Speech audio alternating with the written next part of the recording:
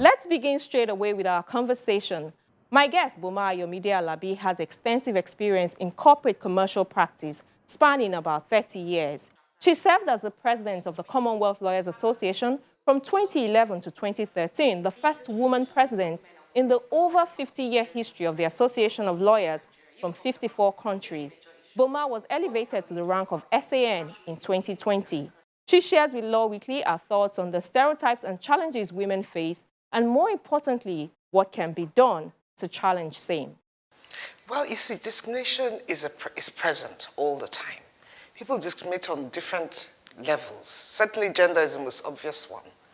And you have a duty to yourself not to internalize that discrimination and aid them by not stepping up, because a lot of women have been conditioned to feel like second-class citizens, feel like, we don't belong at the table because we're women.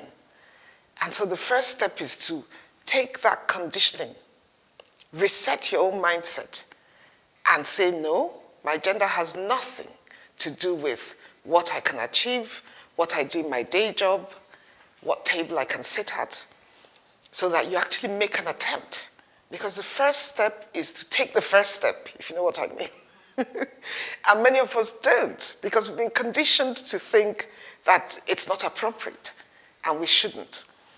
Having said that, then you have to deal with the external discrimination and gender, boxing, so to speak. And the way to deal with that is realize they're ignorant, and they've also been conditioned to be misogynists.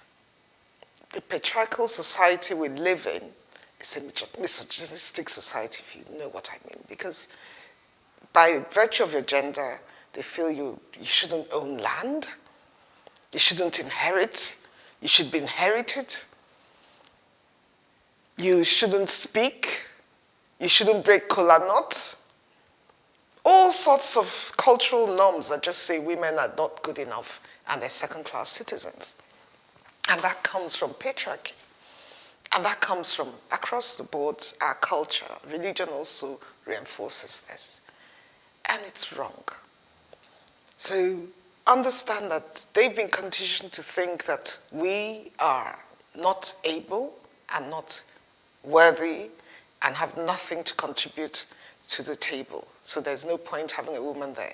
When they do, it's all tokenism, woman leader, leading women. So you're not really at the table, you're just by the sideline. Or you might be there doing the catering. So don't allow them put you into those boxes. Sit at the table, demand your place at that table on equal terms, not on gender terms. I hear what you say about the norms, the culture, the tradition, religion that reinforces all the gender roles and the stereotypes. But what can we do about it as a nation? Well, we can start with some affirmative action. And when I say affirmative action, I'm not talking about the sort of thing we currently have, where we have, you have to have tribal representation or regional representation, regardless of merit. No, do not sacrifice merit. Like I said, we don't want to be at that table because we're women. We also do not want to be excluded because we're women. So the sort of action I'm talking about is where both men and women qualify. Then you say, well, we will have 50% women and 50% men. It's only fair. So that's a deliberate action. That's a deliberate action to ensure. Look at what's happening in Rwanda. Rwanda has almost gender parity in all walks of life. It's an African country. It also had that patriarchal societal norms that we're talking about. It took a genocide to achieve that change. Nigeria should not wait for a genocide. We can do this. We can't disable half of our population and expect to do well. And if you look at what, the statistics, when women are on boards, the boards perform so much better. It's tracked, it is recorded, it is fact. So we need our women on the table, particularly with all the challenges we're facing as a nation, our security challenges, economic challenges. We're challenged on every front. And then rather than putting our best foot forward, we're disabling one half of our workforce, one half of our talent, one half of our, the best of the best that we have. I give this example. I say, think about a bird with two wings. Without one, how is it going to ever fly properly? That's what patriarchal societies do when they, put women down and refuse to accept that women's rights are human rights. We're all human, full stop. Our gender should not define us, define our role in society at all. The discrimination between men and women when it comes to inheritance rights, and you've talked about it, it's still a major problem in our communities. How do you think that we should be dealing with it as a country? Will legislation help?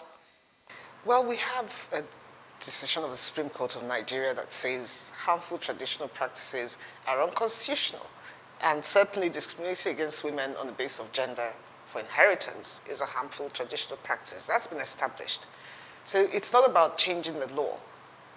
It is about awareness, education, and getting the buy-in of the community.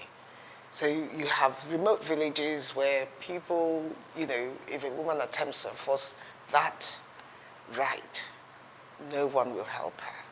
Her family and community will say, oh no, this isn't what we've done for generations, and nobody can change it.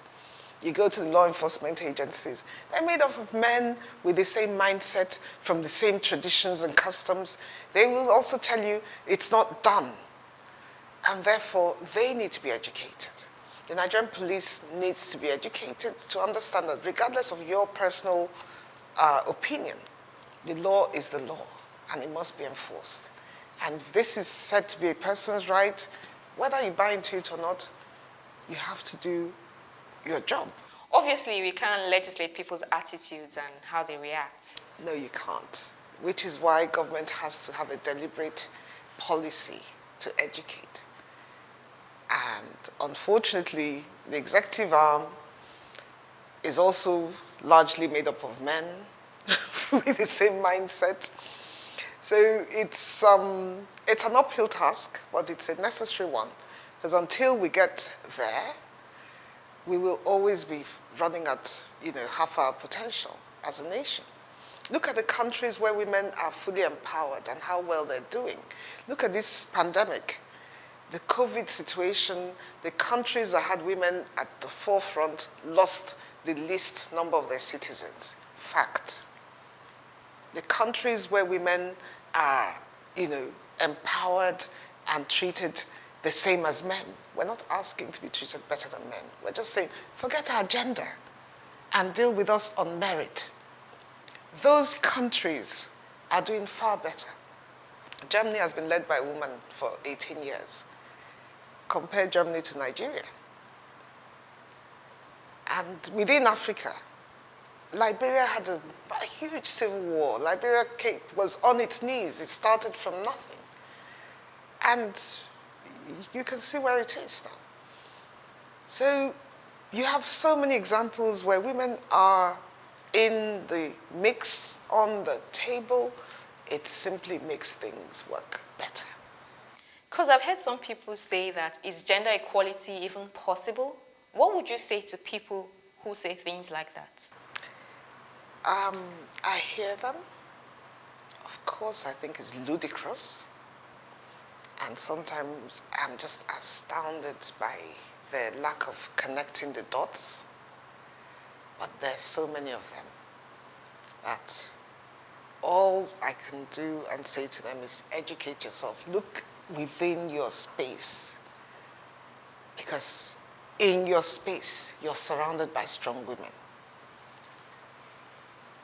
Your mother, educated or not, whether she had a career outside the home or was a homemaker, you will see the strength of the individual. It's not based on gender. If they look inwards and look around them, they very quickly realize that that notion is simply ludicrous, which is why it's education that will bring the change. Talking about education and taking deliberate steps, I've heard some people say women should be at the forefront of pushing for change, maybe perhaps by asking political parties to give women more seats, more opportunities for elective offices. Do you think that women should collectively come together to push for this change? You know, it's a chicken and egg situation. It was, the recent International Women's Day. I was watching the National Assembly, and male representatives standing up and saying to women, well, women should do this, women should do that. Excuse me, who are your constituents? They're at least 50% women. So you actually should be doing what you're saying women should do. How many women are there in that National Assembly in the first place? Women should advocate for a law. You disable them, and then the victim should somehow resolve the problem. You can see it doesn't make sense. The power, the ability to bring about this change lies with those who control our economy, who control governance, who control all the tools, the equipment we need to achieve it. And right now, who's in control? It's the men. So you can't ask women to make this change. You've got to have the buy-in of our brothers, our fathers, our colleagues, our husbands, in order for it to happen. Let's talk about the legal profession. Is there discrimination on grounds of gender in the profession? The legal profession is a profession where, as with all other professions, it's impacted by the societal norms and expectations. So women are the caregivers in our society. This is the way it's always been, and that's the expectation. And again, it's the gender thing we're talking about. If you go into certain areas of the law, practice requires you to travel around a lot. It requires you to do things at short notice, because you effectively are a hired gun. And your client has a problem, you get a call at midnight, you have to be boarding a plane at 6 a.m. in the morning.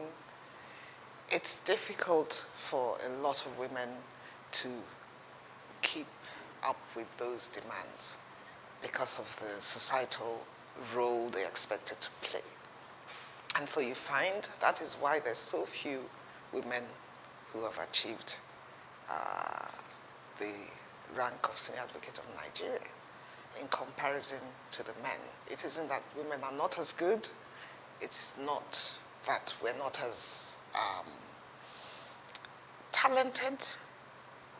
It is simply the nature of the work and the societal expectations and trying to bring those together. Women have done better in the judiciary than they have in practice. Women have also done well in commercial practice, in-house, in academia, more so than they have in advocacy and litigation because of the nature of the work. Having said that, it's not peculiar to Nigeria. It's also the case in England and Wales. It's the case in most Commonwealth jurisdictions, because this falling back on women as caregivers is a societal norm across the board. So what would be your advice for young women who are struggling to juggle career, family life, and every other thing? Well, first of all, the young women who are not married, choose your partners carefully, choose your spouses carefully. If you want to have a career, don't choose a spouse or a husband who expects you to pound yam every day and cook fresh okra soup every day. Obviously, that's time consuming. And that sort of person, you're going to have constant friction. It won't work. You're either going to have to give up your career or you're going to have to give up your marriage. So choose wisely, choose an enabler, choose a partner, somebody who's willing to, wade in with you and do whatever is necessary so that both of you can have your career and have a home. If you've already made a choice, then, tough if you've made the wrong choice. But getting the balance is, delegation is the key. You can pay for assistance with the tasks that you don't personally have to do, because you've got to get a balance. That work-life balance is really important for your health and for you to really excel.